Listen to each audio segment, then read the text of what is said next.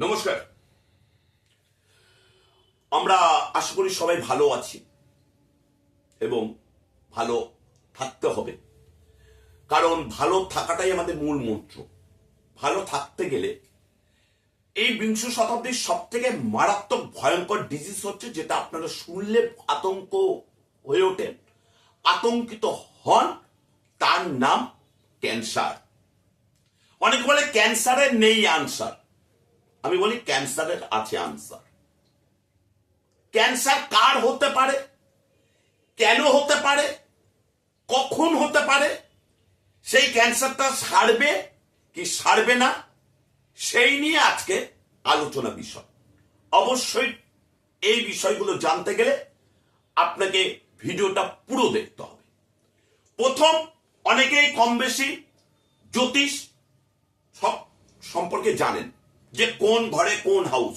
এই বিষয় নিয়ে আজকে আলোচনা করব না। আজকে যে বিষয়টি আলোচনা করব, ক্যান্সারের কারকতা গ্রহ কোনটা। ক্যান্সারের কারকতা গ্রহ হচ্ছে মঙ্গল। মঙ্গল কি করে? ক্ষত সৃষ্টি করে। কোথায়? অস্থি, রক্ত আর মজ্জা, এতে হচ্ছে আমাদের মঙ্গলের অবস্থান।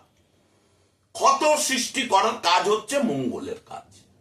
সেই ক্ষতটা ডিভাইন না ম্যালিগেন্ট, অর্থাৎ all tumour is non malignant non ডিভাইন।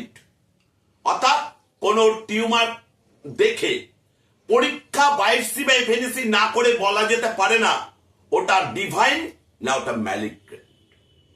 অর্থাৎ প্রত্যেক টিউমার হচ্ছে কোষ বৃদ্ধিকারী ক্ষত,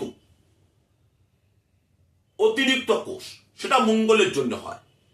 কিন্তু সেটা যদি স্প্রেড করে, আমাদের ডক্টরি ভাষায় বলা হয় ম্যালিগেন্ট বা কার্সিনোমা ডিজিজ, অর্থাৎ ক্যান্সার। আর যদি ওটা স্প্রেড না করে, ডিভাইন, মানে শরীরে ক্ষতিকারক নয়। কিভাবে বোঝা যায়? একটা ক্ষত হলো, ক্ষতটা 2 সপ্তাহ বা 3 সপ্তাহ বেশি সারছে না, তখন ডাক্তারের কাছে যাওয়া হলো, ডাক্তার বললে একটা এফএনএসি করুন বা বায়োপসি করুন। বায়োপসি এফএনএসি করার পর রেজাল্ট হলো ম্যালিগেন্ট। এবার ম্যালিগেন্ট হলেই আপনি ভয় পেয়ে যাচ্ছেন। আমার মনে হয় আর বাঁচা মনে হয় ঘড়ির টাইমে চলে এসছে, সময়ের টাইমে চলে এসছে। কিন্তু এই ম্যালিগেন্ট কোন জায়গায় হচ্ছে তার উপর ডিপেন্ড করছে আপনার আয়ুষ পেট কতটা, আর কোন টাইমে ধরা পড়ছে, কোন স্টেজে গিয়ে ধরা পড়ছে, তার উপর ডিপেন্ড করছে আপনার আয়ুষ স্টেজ কতটা।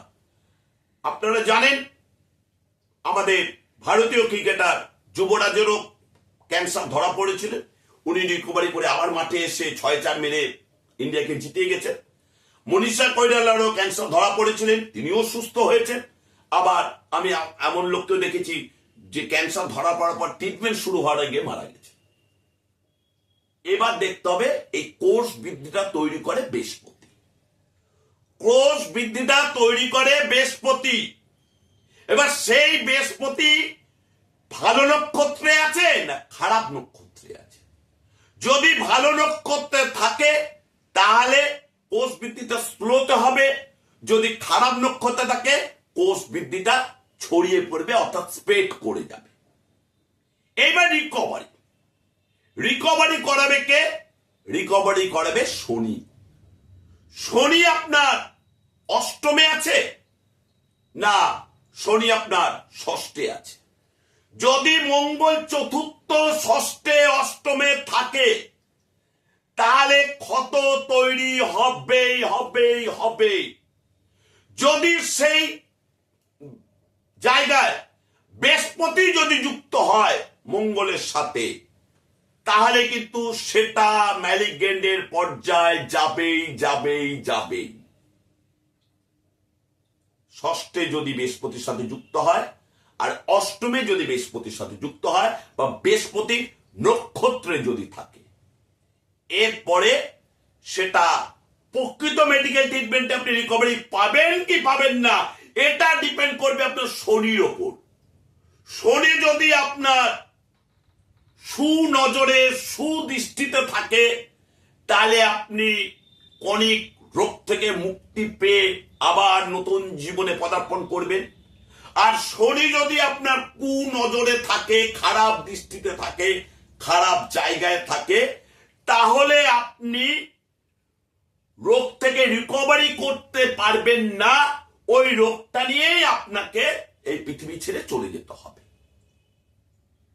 তাহলে কি করতে হবে?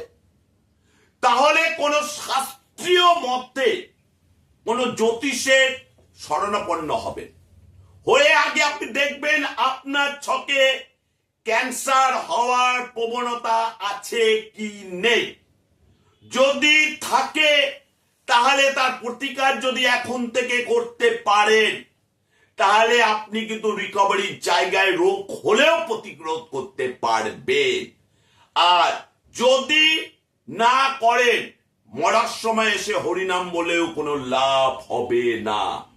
সেহেতু ক্যান্সার নিয়ে সচেতন হন, সঠিক পরামর্শ নেন, বিভ্রান্তকারী ছুটবেন না, আর নিজেকে কখনো হাতুড়ে ডাক্তারের কাছে গিয়ে বিজ্ঞ হওয়ার প্রমাণিত করবেন না।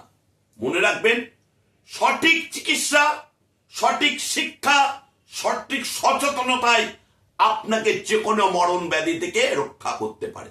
ভালো থাকবেন, সুস্থ থাকবেন। নমস্কার।